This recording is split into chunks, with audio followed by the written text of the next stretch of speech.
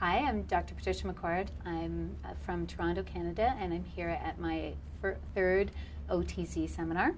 And I'm here because I was first turned on to it when I went to the World Chiropractic Conference, and it just was an idea that I had that was brand new. I didn't know anything reasonable to do with frozen shoulder patients, and so I wanted to be able to be a better practitioner. So I went to the seminar. I happened to be able to treat a person the very first day that I came back who had come in with a brand new frozen shoulder. And the difference in that woman was night and day. I had treated her the year before on the other side, and it had taken me months and a lot of pain, and other practitioners needed assistance, and I was able to resolve it for her within 1 week.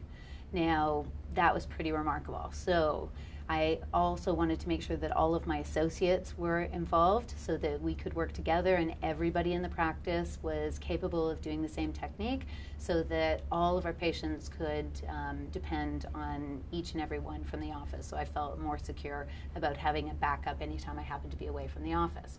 So in addition to that, I've found patient after patient after patient, not just frozen shoulder patients, patients who have had issues with just stiffness in their shoulder, people who had difficulty with smell. Some people have responded really well with visual difficulties. A person came to me and said she didn't know what she could do about a visual problem that she had.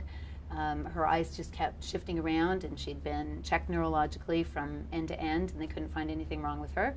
So I checked that particular area that I was working on with the frozen shoulder, because it also affects other cranial nerves, and she was able to focus perfectly for the first time in, I think it was 3 years that she'd had the problem. You know, each time somebody sees that you are more capable of doing another layer of treatment that is very dramatically different from what you've been able to do in the past, it just makes you a better practitioner. You end up even busier, and it's very satisfying as a practitioner in order to be able to accomplish that for